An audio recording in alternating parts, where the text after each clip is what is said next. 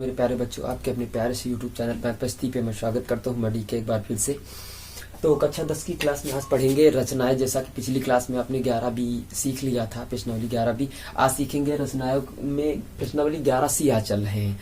तो जैसा कि इससे जो संबंधित रचनाएं थी वो 4 नंबर आपके क्लियर हमने करवा दिए थे। आज इससे अगर सवाल भी आता है तो उसी रचनाओं के अकॉर्डिंग टू हम लोग सीख रहे हैं सवाल। ठीक है, आइएगा बच्चों देखते हैं। जैसा कि पहला सवाल हम पढ़ने जा रहे हैं, मनोहरी की किताब से पढ़ रहे हैं। ठीक है, तो आप लोग बने रहिएगा मेरे चैनल पे।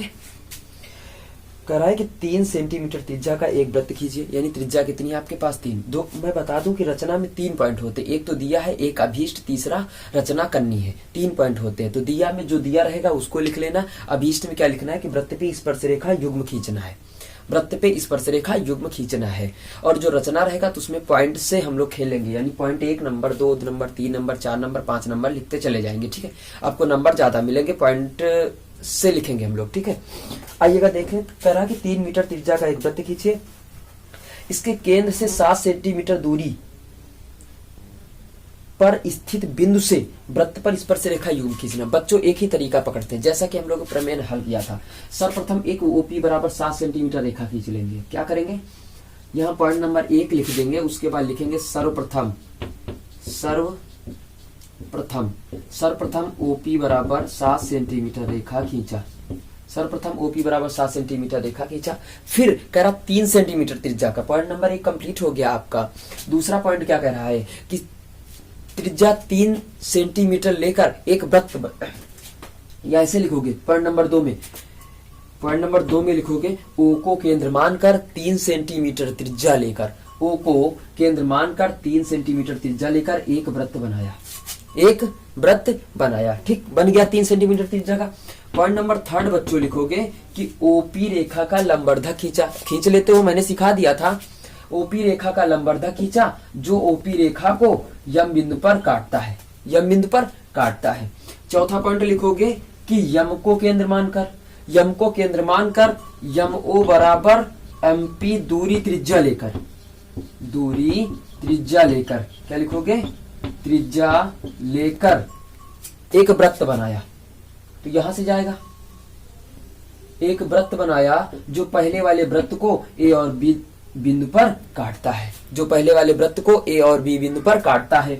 पॉइंट नंबर 5 में लिखोगे, आप पॉइंट चाहे जितने बढ़ाते चले जाओ, नो प्रॉब्लम है। ठीक है, फिर आप 5वें पॉइंट में लिखोगे कि बिंदु P को A और बिंदु B से मिलाया। क्या लिखोगे आप कि बिंदु P को बिंदु A और B से मिलाया। अतः अभीष्ट वृत्त की स्पर्श रेखा युग्म PA और PB है। इसमें लिखोगे लास्ट वाले पॉइंट में कि अभीष्ट वृत्त की स्पर्श रेखाएं PA और PB है। और भाई साहब, जो चैप्टर नंबर 10 था आपका वृत्त सर्किल में हमने एक यही प्रमेय थी, उसमें बाह्य बिंदु से वृत्त पर खींची गई स्पर्श रेखाओं की लंबाइयां बराबर होती है। जैसा कि आपकी सिलेबस में नहीं है इस बार, लेकिन बता देंगे हम। ठीक है, तो उसमें क्या सिद्ध करवाता था कि ये लंबाइयां बराबर होती थी। ठीक है, तो ये लंबाइयां दोनों की बराबर होती हैं। अगर आपको स्पर्श रेखा की लंबाई चाहिए तो बच्चों बड़ी आसानी से निकाल सकते हैं। ये आप कितने का निकाले थे? 3। ये आपकी त्रिज्या है, ये आपका 7 है। और हमने बताया था कि स्पर्श रेखा और त्रिज्या के बीच का कोण 90 अंश बनता है। ये आपका हो जाएगा लंब, ये हो जाएगा आधार, ये आपका कर्ण हो जाएगा। पाइथागोरस प्रमेय कर्ण स्क्वायर बराबर लंब स्क्वायर प्लस आधार स्क्वायर। आप सबके मान रख लीजिएगा, पक्षांतर कर दीजिएगा और फटाक से निकाल लीजिएगा बच्चों। तो ये आपका पहला क्वेश्चन हुआ। दूसरा क्वेश्चन आप इसी प्रकार लगाओगे, तीसरा भी इसी प्रकार लगाओगे, कोई दिक्कत वाली बात नहीं है। ठीक है, चौथा क्वेश्चन जो है वो हम बताने जा रहे हैं आपको। चौथा क्वेश्चन आपको हम बताने जा रहे हैं बच्चों। लगा लेना। किया क्या था कि सर्वप्रथम जो दूरी दिए रहेगा उसको खींच लेना। सर्वप्रथम ओपी बराबर 7 सेंटीमीटर रेखा खींचा। फिर ओ को केंद्र मानकर 3 सेंटीमीटर त्रिज्या का एक वृत्त बनाया। फिर ओपी रेखा का लंबवर्धक खींचा जो ओपी रेखा को यम बिंदु पर काटता है। यम ओ बराबर एमपी दूरी त्रिज्या लेकर एक वृत्त बनाया जो पहले वाले वृत्त को ए और बी बिंदु पर काटता है। बिंदु P को ए और बिंदु B से मिलाया। अतः अभीष्ट वृत्त की स्पर्श रेखाएं PA और PB है। क्लियर हो गया? तो 3 नंबर तक सवाल आप लोग लगा ले हुए, हम आशा करते हैं। अब 4 नंबर देखिएगा, थोड़ा सा अलग है बच्चों, कोई दिक्कत वाली बात नहीं है। आइएगा देखते हैं। तो कहता क्या है? 4 नंबर में कह क्या रहा कह रहा है कि 5 सेंटीमीटर त्रिज्या का एक वृत्त पर ऐसी दो स्पर्श रेखाएं खींचिए जो परस्पर 60 इंच के कोण पर झुकी। बहुत मोस्ट इंपॉर्टेंट क्वेश्चन है ये वेरी इंपॉर्टेंट क्वेश्चन है बच्चों, बहुत पूछा जाता है, बहुत पूछा जाता है। हाफ ईयरली एग्जाम में आएगा, एनुअल एग्जाम में आएगा। तो आइएगा आज देखते हैं इसको सोल्यूशन का। क्या लिखा है कि 5 सेंटीमीटर त्रिज्या का एक वृत्त। सर्वप्रथम बच्चा 5 सेंटीमीटर एक त्रिज्या का वृत्त बना लोगे। कितने का? 5 सेंटीमीटर त्रिज्या का वृत्त बना लोगे। आपको मैं बता दूं कि केंद्र पर आप 120 अंश का कोण बनाओगे। केंद्र पे कितने अंश का बनाओगे? 120 अंश का। क्यों बनाओगे अभी मैं बता रहा हूं पूरा, ठीक। A B. अब करोगे क्या कि बिंदु जो ओपी रेखा है, ओपी रेखा के साथ यहाँ 90 अंश का कोण बनाओगे। ओपी रेखा के साथ यहां से ऐसे अर्धचाप लगाओगे, यहां से 2 चाप लगेंगे ऐसे, यहां से ऐसे, यहां से ऐसे, ये जहां पे जाएगा ऐसे, ठीक, ऐसे जाएगा। उसके बाद यही प्रक्रिया इसमें भी बच्चों करनी होती है, ऐसे। और जहां पे ये काटेगा दोनों 60 अंश पे झुकी रहेंगी। तो आपको करना क्या है कि सर्वप्रथम देखो दिया में लिख लोगे, अभीष्ट में लिख लोगे कि स्पर्श रेखाएं 60 अंश के कोण पे झुकी, ठीक है। दिया में आप जो दिया है वो लिख लोगे और अभीष्ट में लिखोगे कि दोनों रेखाएं यानी दोनों स्पर्श रेखाएं 60 अंश के कोण पे झुकी हैं। अब आपको रचना करनी है, तो रचना में कैसे लिखोगे? सर्वप्रथम पॉइंट नंबर 1, सर्वप्रथम पॉइंट नंबर 1 में लिखोगे सर्वप्रथम 5 सेंटीमीटर त्रिज्या का वृत्त बनाया, फिर केंद्र पर ए ओ बी बराबर 120 अंश का कोण बनाया, ठीक। फिर बिंदु ए पर ओपी रेखा के साथ, समझिएगा भाई बात साहब, बिंदु ए पर ओपी रेखा के साथ 90 अंश का कोण बनाया, ठीक। बिंदु बी पर ओबी रेखा के साथ 90 अंश का कोण बनाया, जो दोनों स्पर्श रेखाएं 60 अंश के कोण पर झुकी है। बिंदु सी पर दोनों 60 अंश के कोण पर झुकी। आपका ये कंप्लीट हो गया बच्चा।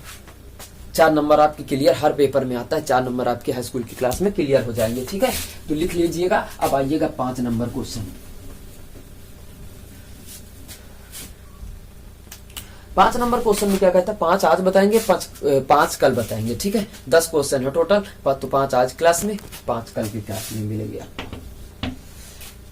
क्या लिखा है कि 4 सेंटीमीटर त्रिज्या के एक वृत्त पर 6 सेंटीमीटर त्रिज्या के एक संकेंद्री वृत्त। तो मैं बता दूं संकेंद्री का मतलब क्या होता है। संकेंद्री का मतलब एक केंद्र हो, वृत्त चाहे जितने बने हो। बच्चा बात समझ रहे हो? केंद्र एक ही होना चाहिए, वृत्त आपके तमाम हो, कोई दिक्कत नहीं होती, ठीक है।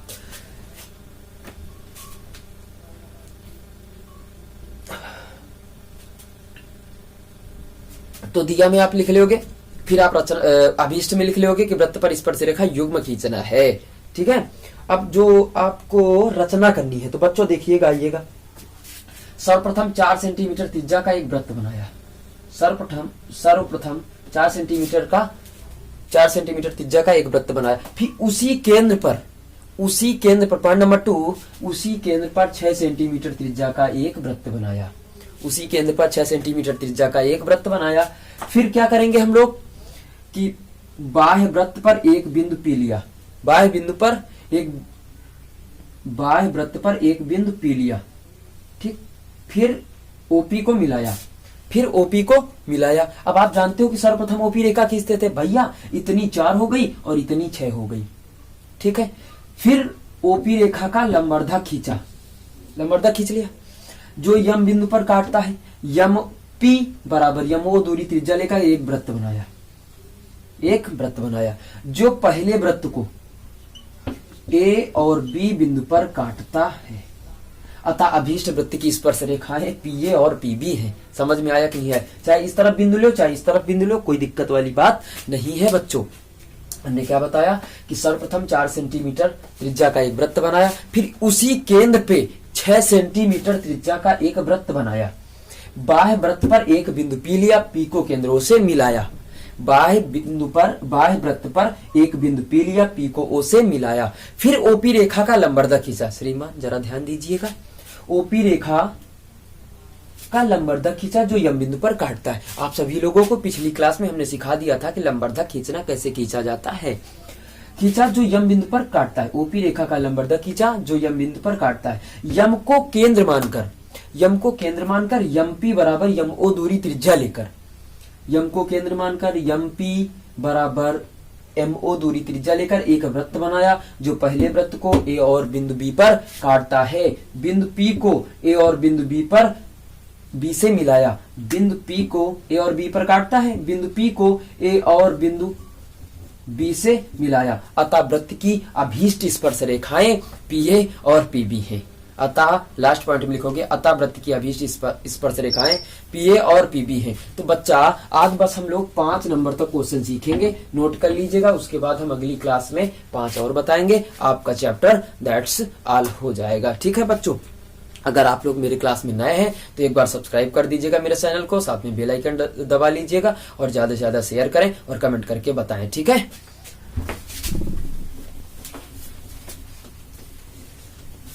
Bye bye, that's all, thank you.